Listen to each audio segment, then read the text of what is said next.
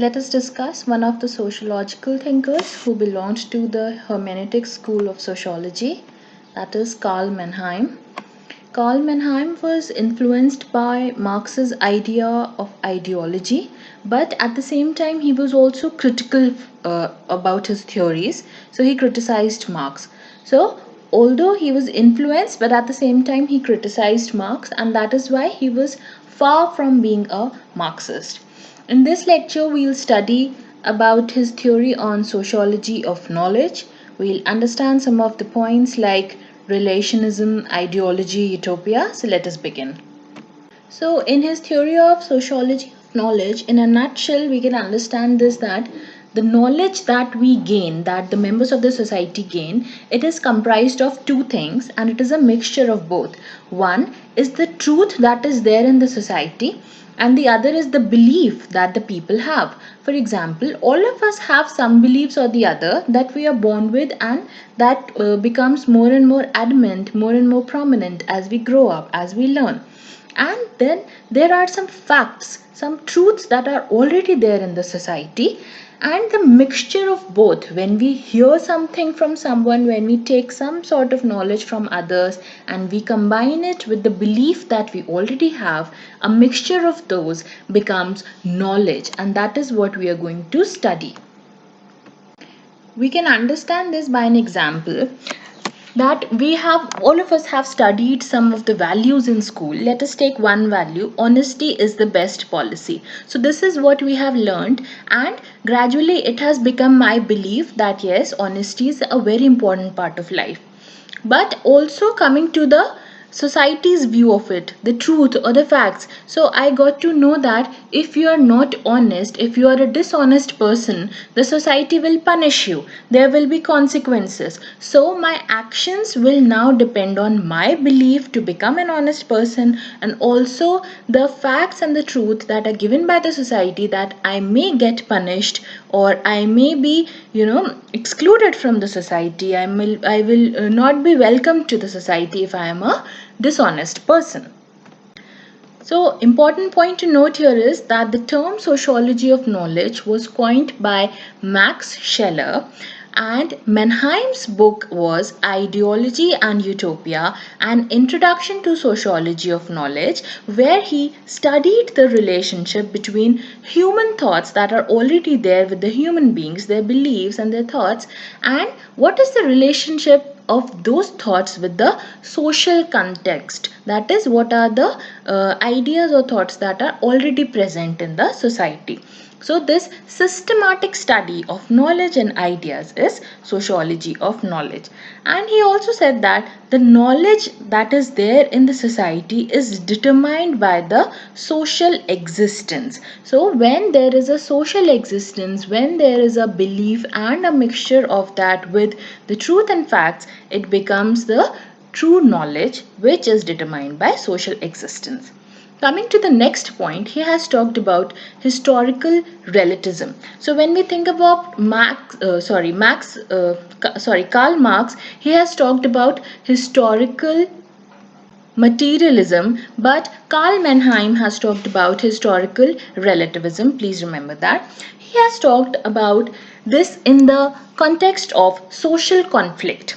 He said that social conflict is there in the society because there is a diversity in the thoughts and beliefs of the various people belonging to the different segments of the society. For example, when there is a conflict between two people, one who comes from an upper class background and the other who comes from a lower class background, so definitely there will be a contrast in their thoughts, in their ideologies, and the conflict will arise when they will present their views and they will be far from each other. They will have almost nothing in common, and that will lead to a conflict. It happens in our daily lives as well. We come into a disagreement with people because our thoughts are really contrasting. No two people can have the same thought. And when Marx talked about class consciousness, he said that All of the bourgeois have the same thoughts. All of them want class consciousness, all of them want equality, socialism, but it is not that. Karl Mannheim said that it is not true. People belonging to the same segment can have different views as well, so there can be a conflict within the class as well.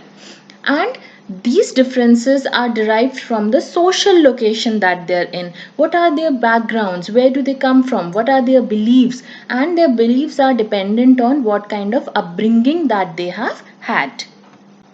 Now you can quickly read this quote by Louis Cousser, which says that relationship between thought and society is concerned with the social or existential conditions of knowledge. The existential conditions that the knowledge which belongs to one person, it differs from the other person, and this relationship between thought and society is dependent on that knowledge.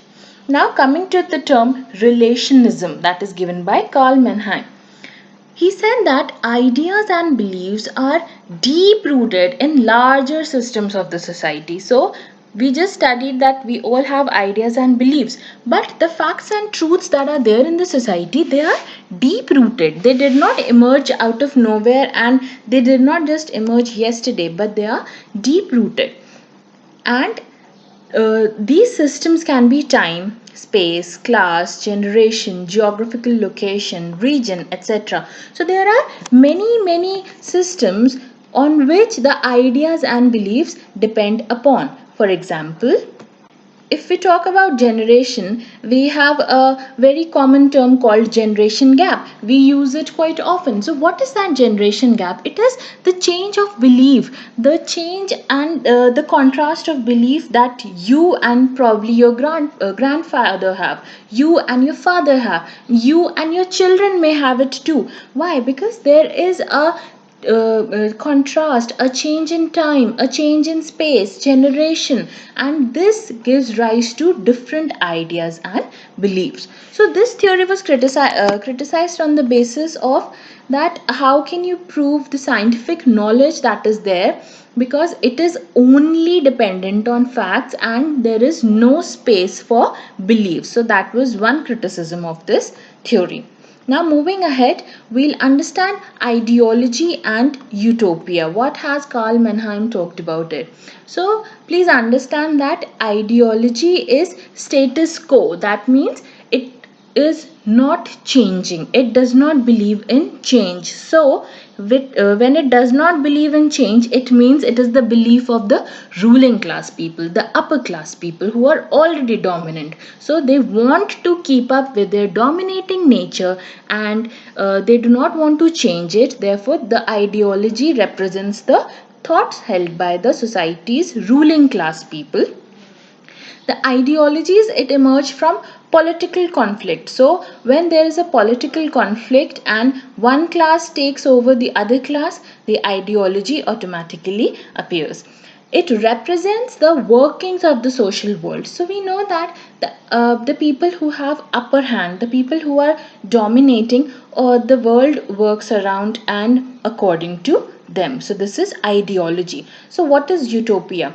Utopia is futuristic, it is far-sighted, it is the system of thoughts that are that belong to the oppressed groups. So the ruling people who oppress the people who are from the oppressed groups, they have utopia, they believe in transformation of the society, they have hope, they believe that they will deconstruct the present scenario, and they hope for a better future, and they believe in transformation, they believe in change, they believe that the situation will be better tomorrow. So it is futuristic. Now coming to total ideology and particular ideology, like we just discussed that Marx talked about class consciousness, but Mannheim says that it is not possible that everybody in the same class has the same beliefs or aspirations. They can vary. So he has talked about total and particular ideology. Particular ideology was the fallacy of Marx, and total ideology is the combination of ideologies which is unified, which is together, combined at one place. It tells how actors, how the members of the society, they see the world around them. And it depends how we see the world, it depends on the position of us. Okay, where we are in the society, it helps us in seeing the world in that way. For example, a teacher looks at the world in a different way than a student.